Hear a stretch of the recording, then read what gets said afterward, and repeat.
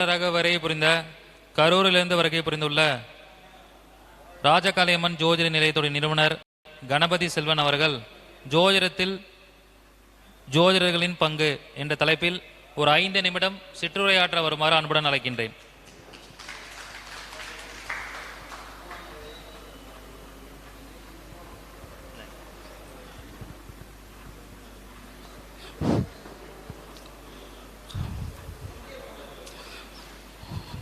வாக்குண்டாம் நல்ல மனமுண்டாம் மால்மலரான் நோக்குண்டாம் மேனி நுடங்காது பூக்கொண்டு துப்பார்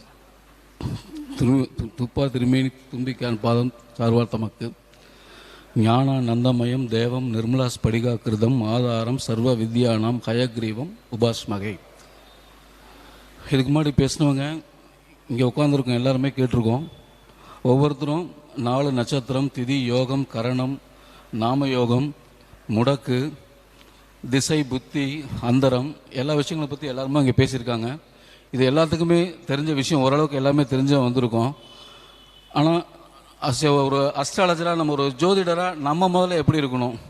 ஒரு ஜோதிடம் ஒரு புக்கு நம்மகிட்ட ஒரு கிளைண்ட்டு கொண்டாந்து கொடுக்குறாங்க அப்படின்னா நம்ம வாங்கும்போதே நமக்கு அந்த உணர்வு வரணும். இவங்க திருமணத்துக்காக வந்திருக்காங்களா, இல்லை கட்டடம் கட்டுறதுக்காக வந்திருக்காங்களா, இல்லை வாகனம் வாங்குறதுக்காக வந்திருக்காங்களா அப்படிங்கிற உணர்வு நமக்கு உள்ளுக்குள்ளே வரணும். அப்போ அதுக்கு நம்ம என்ன பண்ணணும்?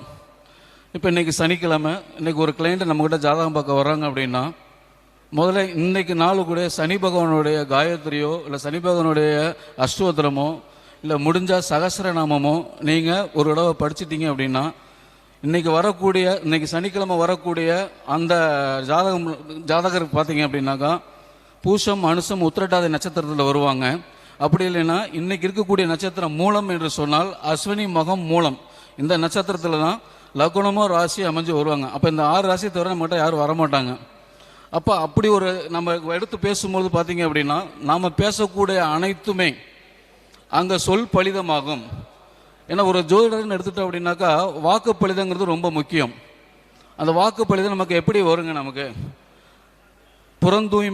புறந்தூய்மை நீரால் அமையும், அகம் தூய்மை வாய்மையார் காணப்படும் என்று வள்ளுவனோட வாய்ப்பிற்கிணங்க நம்மளுடைய அகம் சுத்தமாக இருக்கணும். அதுக்கு இறை வழிபாடு மட்டும்தான். அப்போ தினமும் நம்ம அந்த முருகனுக்கு உண்டான கந்த சஷ்டி கவசமோ சிவபெருமானுக்குரிய சிவபுராணமோ கண்டிப்பாக ஒருத்தரும் படிக்கணும். ஒரு ஜாதகம் வருது, புத்திர பாக்கியம், ஒரு கணவன் மனைவி வராங்க, இவங்க குழந்தை என்ன ராசியில் இருக்கும் அப்படின்னு நம்ம சொல்லணும். அப்படின்னா அந்த ஜாதகத்தில் கூடிய குரு பகவானை முதல்ல கவனிங்க. ஒரு எடுத்துக்காட்டாக பார்த்தீங்கன்னா சிம்மத்தில் குரு இருக்கார் அப்படின்னா அவங்களோட குழந்தைங்க பார்த்தீங்கன்னாக்கா மேடம், சிம்மம், தனுவில் தான் அவங்க குழந்தை இருக்கும். அப்படி இல்லைன்னா குரு வாங்கின நட்சத்திரம், இப்போ உதாரணமாக அங்கே உத்திரத்தில் குரு இருக்கிறாரு, சிம்ம ராசி உத்திரம் 1ஆம் பாதத்தில் இருக்கார் அப்படின்னா கார்த்திகை, உத்திரம், உத்திராடத்தில் தான் கண்டிப்பாக அவங்க குழந்தை பிறந்திருக்கும். இதில் எந்த மாற்று கருத்துமே இல்லை. அப்போ அந்த மாதிரி சில விஷயங்களை புரிஞ்சு சொல்லுங்கள். எல்லாருமே ஒவ்வொரு விஷயம் நம்ம மட்டும் சொல்லிட்டு இருந்தாங்க. நம்ம ஒருத்தர் சொன்னதை நம்ம இன்னொருத்தர் பரிமாறக்கூடாது. அது நம்ம டிப்ஸ் ஜோதிடர் அல்ல. அப்படி யாரும் இருக்காதீங்க தயவு செய்து. நீங்கள் உள்வாங்கி அதை உணர்ந்து நீங்கள் அதை அறிஞ்சதுக்கப்புறம் நீங்கள் சொன்னீங்க அப்படின்னா தான் நம்ம ஒரு தரமான ஒரு ஜோதிடரை அந்த சமுதாயத்துக்கு தெரியும். ஏன்னா சமுதாயத்துக்கு நம்மளுடைய பங்கு ரொம்ப முக்கியமானது. இன்றைக்கி நம்மளோட சமுதாயம் எவ்வளோ இதாக போயிட்டுருக்குன்னு நம்ம எல்லாத்துக்குமே தெரியும். நாம் ஒரு சரியான ஒரு வழிகாட்டியாக கண்டிப்பாக நம்ம அமையணும். இந்த பிரபஞ்ச குழு நமக்கு இந்த வாய்ப்பை நமக்கு கொடுத்துருக்கு. இப்போ ஜோதிடம் பார்க்குறது நம்ம கண்டிப்பாக காசுக்காக இல்லை, காசு கண்டிப்பாக வேணும், வாழ்கிறதுக்கு கண்டிப்பாக காசு வேணும். ஆனால் அதை விட ஒரு புண்ணியம் நம்ம எல்லாருமே செஞ்சுருக்கோம். என்ன தெரியுங்களா? இந்த ஜோதிடத்தை எல்லாராலையுமே தொட முடியாதுங்க. இந்த ஜோதிடத்தை அவ்வளோ சாமானியமாக எல்லாத்தையும் தொட முடியாது. அப்போ நம்ம அதை தொற்றுங்க அப்படின்னா அதுக்கு நம்ம முன்னோர்களை ஏதோ ஒரு கண்டது கொஞ்சம் புண்ணியம் செஞ்சுருக்கணும்.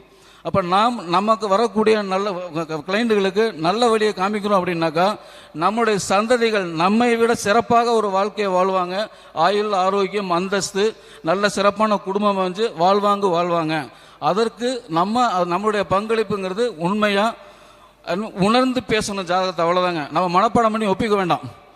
ரெண்டாவது, நம்ம ஒருத்தருக்கு ஒரு கருத்தை சொல்லும் பொழுது அவங்களோட மனசும் அறிவும் ஏற்றுக்கிற மாதிரி நம்ம சொல்லணும். நம்மகிட்ட நமக்கு தெரிஞ்சுங்கிறதுக்காக மட்டும் சொல்லக்கூடாது. அவங்க எந்த மனநிலையில் இருக்கிறாங்க, நம்ம சொன்ன எந்த வகையில் அங்கே ஏற்றுக்குவாங்க அப்படிங்கிற மாதிரி நம்மக்கிட்ட வந்துட்டு போகிறவங்க ஒரு தெம்பாக இருக்கணுமோ ஒழிய நம்மக்கிட்ட திரும்ப அவங்க பலகீனமாக போகக்கூடாது. அப்போ அதற்கு நம்ம தயார்படுத்திக்கணும். அதுக்காக தான் அந்த இறை வழிபாடு. நம்மளும் கொஞ்சம் சுய ஒழுக்கம் சுய கட்டுப்பாடு இருந்தோம்னா கண்டிப்பாக நம்ம இந்த ஜோதிடத்தில் எல்லாருமே சாதிக்கலாம். இந்த வாய்ப்பு கொடுத்த பிரபஞ்ச குழு அறக்கட்டளை நிர்வாகிகள் அனைவருக்கும், தலைவர் வல்லரசு தினேஷ்ராஜ் அவர்களுக்கும் என நன்றியை தெரிவித்துக் கொள்கிறேன். மிக்க நன்றி அனைவருக்கும். மிக சிறப்பான சிற்றுரை வழங்கிய கணபதி செல்வன் ஐயா அவர்களுக்கு நம்மளுடைய ரத்னகுமார் ஐயா அவர்கள் பொன்னாடை போற்றி கௌரவிப்பார்.